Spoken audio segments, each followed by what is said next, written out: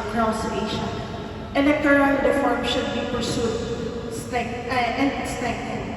Because in electoral reforms, you would push for more institutionalization and sustainability.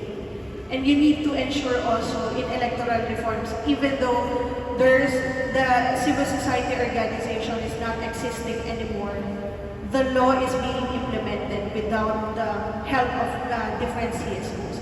So electoral reform is one of the solutions because actually, as we highlighted also in the objectives, as we also promote citizen observer rights, we particularly highlighted the need for electoral reforms and how to do it. Actually, we start with this election monitoring because this is actually an instant technical work to explore for potential opportunities for reform. So from this technical work, we consult with different election stakeholders.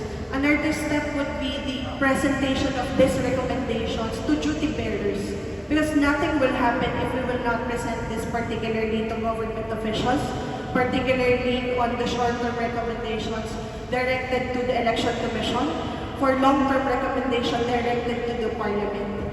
But at the same time, to make it more impactful, the help of the local observer organization would be much needed. Because without them, these recommendations coming from international observer, so it will not be implemented effectively. So it's a holistic approach. It's not only, actually it's the limitation of international observation because we cannot enter so much in a particular country. But the strength lies in the shoulders of the local observers, particularly here in Sri Lanka, PAFRA, CMTV, TASL, and different local observer groups who have done committedly and dedicatedly election monitoring efforts on